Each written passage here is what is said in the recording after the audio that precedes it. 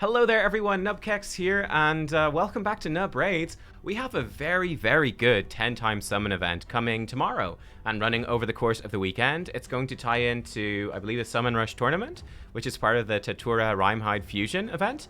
Oh, it's not a tournament, it's going to be an event, sorry. But it's over here, and you'll see it pop up in your event list yourself.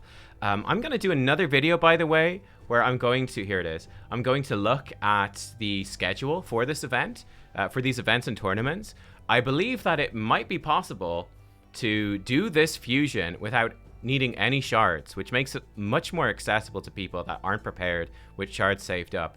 I think the downside of that is likely going to be that you'll need an incredibly high amount of playtime over Christmas. And by over Christmas, I mean like literally Christmas Eve, Christmas Day, the following days, which is maybe something you don't want to do. So probably most people are going to be doing these summoning events anyway. And either way, even if you're not summoning them for the purpose of completing your fusion, if you got another way to do the fusion, these champions are great, and you might want to pull just for these champions, especially if you're earlier on in the game. So let me just get my list of the champions. There we go. Okay, and let's dive in. So the first one actually doesn't... I feel like the general theme of this is going to be AoE HP burn, but there's a couple of exceptions. This first champion, Farrikan the Fat, is one of the exceptions. So he does bring HP burn along with 2 poisons on a 100% chance, 3-turn cooldown when booked. On his A2, which is actually nice. It's a good boss melting ability. Single target bosses, it's good. His big appeal, though, is definitely Beatdown, which is, considering he's an epic champion, a phenomenally good ability. 4-turn cooldown when booked, increased crit rate, increased crit damage on all allies except for him for 3 turns, and then all allies except him attacks 1 target enemy.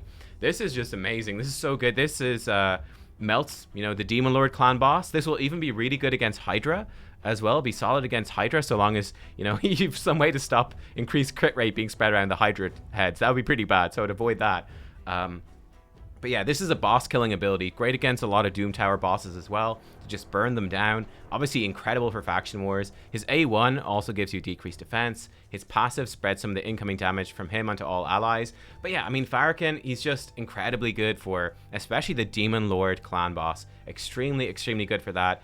Run him at like 4-to-3 ratio, which is where he takes 4 turns for every 3 turns that the Demon Lord takes, which means that he gets this ally attack on the Demon Lord every single time, every rotation of the Demon Lord's abilities, which is great. So yeah, Farrikan is fantastic. I actually don't have him, and I'd be really happy to get him. Bearing in mind how rare ally attack is, most of your best ally attacks are legendaries like Krila Witcharm or Lanicus the Chosen from Orcs and Dark Elves respectively. So Farrikan's fantastic. Now we got a champion, another really good champion, Mordecai, that starts going into that AoE HP burn theme. I think that is the theme of this fusion event. Funny thing about Mordecai, he was actually part of another fusion. Maybe, was it Sigmund the High Shield? I'm not sure if it was Sigmund or if it was someone else. Maybe it was one that was previous to that. I don't quite remember which fusion it was, but a lot of people skip that fusion just to get Mordecai instead. The reason being this ability, when booked, 4-turn cooldown, which just places HP burn debuff on all enemies for 2 turns and increased attack on allies for 3 turns. This is amazing. So because it's not an attack which can weak hit, this is simply, he just puts the HP burn out. So no matter what the affinity is, he just burns everyone for 2 turns, which is extremely good. It's super, super good. AoE HP burn is, not only is it fantastic for like Doom Tower waves, it's very good for Hydra clan boss as well, but it's pretty much the only reasonable way to beat higher levels of the Spider Dungeon. It's certainly by far the best way to beat higher levels of the Spider Dungeon. And these AoE HP burn champions are rare enough to come by, and Mordecai is very good. His A2 decreases enemy turn meter, boosts allies turn meter. It's okay. Then his A1 is like a 10% turn meter decrease. That's better against targets under HP burn debuff. Again, these 2 abilities are just useful for slowing down the main spider really in the Spider Dungeon. That's where this really shines. Slow down its turn meter while the other spiders just proc those burns and kill the main spider with HP burn. So he's very, very solid. One thing, of course, to be aware of, if you've been playing the game a long time, actually, funny enough, my first HP burner AoE was actually Akot the Seared, who is a guaranteed champion from Doom Tower normal, but it takes ages to get this guy, right? I think he's the 2nd epic you can get in Doom Tower normal. So you can get, if you clear every single secret room on Doom Tower normal, get 36 shards a month. So 3 months for the first epic. It's 6 months of clearing every Doom Tower secret room on normal to get Akot the Seared. He has an AoE HP burn on a 3-turn cooldown, though it can obviously weak hit because it is just an attack. So yeah, you know, that's something to consider. If you're close to Akoth, then you might be happy with just Akoth. If you don't have Akoth, you probably really want one of these AoE HP burners, to be honest. Next one up is a champion that has a sort of conditional AoE HP burn. It's more about the freezes, to be honest, and an incredible passive. It's Achak the Wendran. I currently use Achak on my Spider team, and I use Achak in some of my Doom Tower wave control teams as well. Achak's big move and the big passive, Frostfire Gale's the big move, needs to be booked really to a 3-turn cooldown. AoE attack, which has, again, when booked, 90% chance to freeze if their enemy's attack is higher than their defense, or then a 90% chance to HP burn for 1 turn, only 1 turn, on enemies whose defense is higher to or equal than their attack. Most of the time, it's going to freeze. Okay, most of the time it freezes. I'm not sure what it does against Hydra, actually. I didn't think to test it out. But like in the Spider dungeon, he does an AoE freeze, right? He freezes all the little spiderlings. Which is actually, though, really good. Again, you combo him with a HP burner. The HP burner burns all the little spiderlings. He freezes them all, and you sit back where they can't attack you, so you're safe. You turn meter control the main spider, and he just dies to HP burn. And it's by far the easiest way to do that dungeon. His passive really helps as well. Heals all allies by 5% of their max HP every time an enemy under HP burn debuff gets a turn. This is fantastic. It actually adds up to a lot of healing. It's very solid. And then, even better perhaps, fills the turn meter of all allies by 10% every time an enemy under freeze debuff gets a turn. Again, this is fantastic for those tough Doom Tower hard waves, or for the spider boss, to just boost up your speeds and help you just meet the high speed requirements for this stuff more easily, like Doom Tower hard waves especially. I do use him. He's one of my most common champions in Doom Tower Hard, but that's sort of comboed with Tormund, who's a Void Legendary, so that's not really too relevant. But I did actually use this guy in just a CC team with like Vizix, Sylva Drakes, I can't remember who else was in there. Someone else you could put, like, again, one of your burners, like Mordecai, who's one of the summon champions here again this week. You can put them all into a team together and just keep the enemy CC'd and let HP burn slowly kill them. And it's a good, safe way to deal with Doom Tower hard waves. Achak also has a couple of other abilities too. Block debuffs on all allies for 1 turn, 25% strengthen buff on all allies for 2 turns, 4-turn cooldown when booked. It's a decent ability, not too bad. And then his A1 can decrease buff duration by 1 turn if they're under HP burn. Not bad. Or he can decrease turn meter if they're under freeze. Again, pretty solid. Like, decreasing buffs could be good against some of those Hydra heads. Decreasing turn meter on freeze. I mean, it's a small chance. It's only single target. And this is a short cooldown, so he does cast this a lot. But it's a decent ability. He brings ally defense in all battles too, which is a solid aura. I didn't mention for Mordecai, but Mordecai has an accuracy 40 in all battles, which again is very, very good. Next up, we have another AoE HP burner in the epics, which is Ultimate Gaelic. Ultimate Gaelic. Now, he's not as reliable as the other AoE HP burners, but if he's your only AoE HP burner, he's still great. He's still great.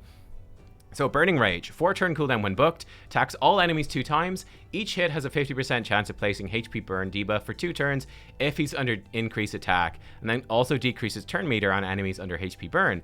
The turn meter depletion is actually really nice. So the downside, 2 downsides, obviously 1, he needs to have an increased attack buff, which is a bit of a hassle to start placing the HP burn, so that kind of sucks. And then number 2, 2 hits with 50% chance. There's a decent chance that it's going to fail. There is a decent chance it's going to fail to put HP burn debuffs on enemies. You'd much rather like 1 hit with 100% chance than 2 with 50. It's like 2 coin tosses and you need to get heads at least once, right? So it's not guaranteed at all. But still, it's not too bad. His A2 can give him increased attack when he crits. If he crits, he'll give himself increased attack and decrease the target's turn meter by 25%, which is very good, actually. And it also puts HP burn on a single target if he has that increased attack as well. Then his A1 will also, again, put HP burn if he has increased attack and also gives him some turn meter boost. His passive instantly heals him and removes stun whenever he's stunned on a 3-turn cooldown when booked. So he's solid. He's actually very good for Orc Faction Wars as well. If you're struggling with Orc Faction Wars, he's a fantastic damage dealer and also, turn meter control. With this extra turn meter control, it's actually really good if you're struggling there. You do just sort of want to make sure to bring an increased attacker to enable him to actually start, getting the burns out, though. So that's one thing to watch out for. But yeah, Ultimate Gaelic, very solid. And yeah, that's it. They are the 4 epics. So 4 really, really good epics. And of course, as a free-to-play or low spender, you're really expecting to get the epics. Going into this, you have such a low chance to pull legendaries. Don't go into this expecting the legendaries unless you know you're hitting your mercy counter and you do have a good chance to pull one. Most of the time you're not expecting them, but they'll be a nice surprise if you do get them. So let's take a look. First up we have, in Ogren, we have Ignatius. Excellent champion, old school, very old. Legendary defense based, so a very good defense based damage dealer, and again bringing the AoE HP burns. So 5 turn cooldown, attacks all enemies, and then he can place HP burn debuff for 2 turns that cannot be resisted. That is what's very interesting. So he doesn't need accuracy, right? So for example, when you go up against the Frost Spider boss in Doom Tower, which normally has a ton of resistance, who cares? Doesn't even need accuracy. Can't be resisted. He puts that HP burnout, which is great. And again, this hits hard. It has a long cooldown, 5 turns, even when booked. So it's a long cooldown. The benefit being that it can't be resisted, which is still pretty good. Then he has, again, a 4-turn cooldown, AoE attack that can provoke enemies, so great for that wave control. And then his A1, he attacks one enemy and has a chance of placing a stun. He has a ally defense in all battles. So yeah, Ignatius is really solid. I believe he can solo Nightmare Campaign as well. He can solo farm Nightmare Campaign for you, which is obviously very useful if you don't have access to that. Can be a nice way to mix up your food leveling strategies. But yeah, he's obviously solid. Very, very solid champion. Next up we have I think he's Undead Hordes. Yeah, ripken Growl. This guy used to suck, and then they mega buffed him recently, and now I think he's really good. I'd actually love to get one myself. So he has the Elemental Unity, 4-turn cooldown, which is AoE attack. It freezes every target if they're under HP burn debuff, so guaranteed freeze if they're under burn. And then it will also extend the duration of any HP burn debuff to 3 turns, and the extension cannot be resisted, right? So super good. I probably should have started with his A2, which is a 3-turn cooldown when booked, which is an AoE attack, 100% chance of placing HP burn debuff for 2 turns, right? So he, for example, just running by himself, he goes in, he burns everyone for 2 turns, 100% chance if, it's not a weak hit. Then on his next turn, he goes and then he freezes everyone and increases the duration of all those HP burns. Really solid. His A1 then is also pretty good. He can put decreased attack debuff for 2 turns with 60% chance or 100% chance if the target's under HP burn or freeze. So it's just fantastic. He's great. He's just really good. He's got fantastic stats as well. He's very fast. He's tons of health and then balanced on the others. So he's very good. He also has an ally HP in all battles by 33%. So yeah, ripken Growl. He used to be terrible, but now he's just really good across the whole game, basically. Very, very strong. Next up then we have our final one from the regular shards, and then one from void shards after.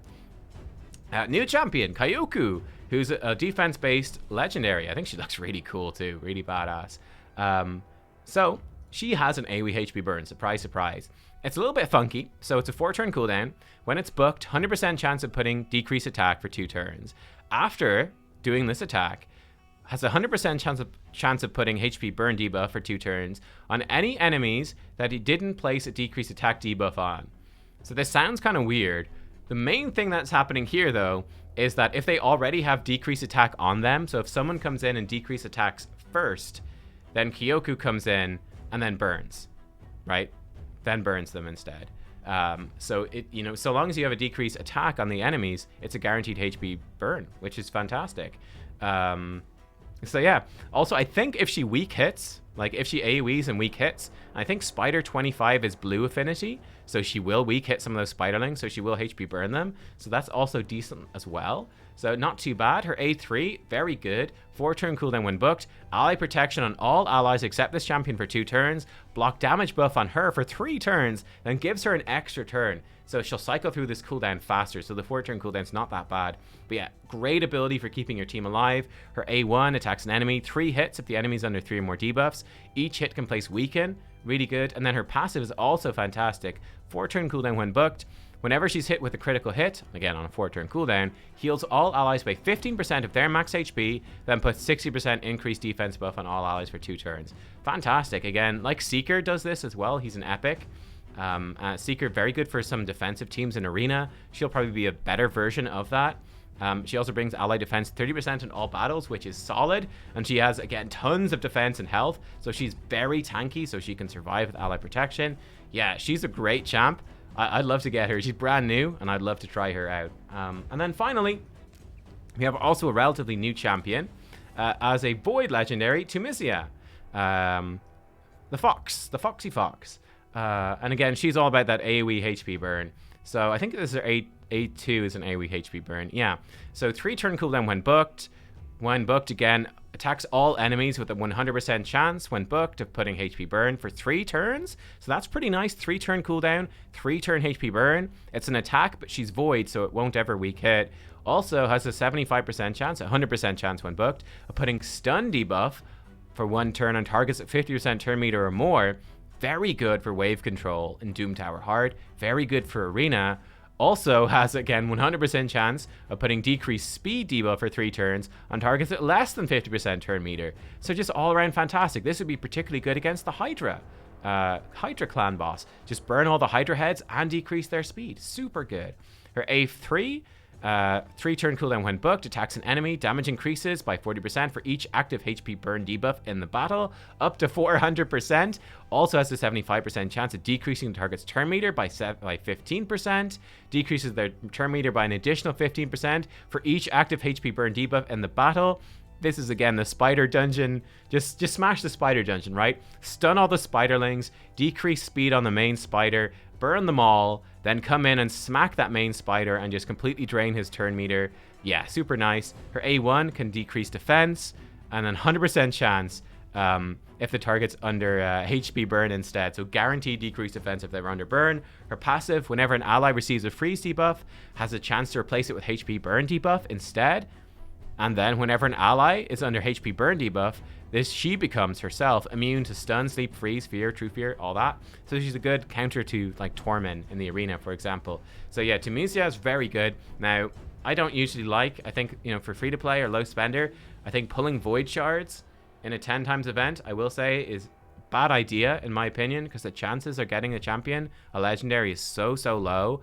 Like, you're really more so aiming for epics in these 10 times events would be my advice. And the legendaries are a nice, really nice bonus if you get them. Or again, go for the legendaries if you really need them and you're close to your mercy timer. Then you could maybe go for it if they're a complete game changer for you. But you're mostly looking at the epics. And like I said, with these epics, you've got some great options to really change up your teams in a meaningful way across Spider, Hydra, Doom Tower. So really good stuff. Guys, thank you for watching. I hope you enjoyed. Let me know if you're pulling. I'll put up my pulls tomorrow. I'll probably pull based off of the rewards from the Summon Rush. So we'll see. Thanks for watching, though. I'll see you soon. Bye-bye.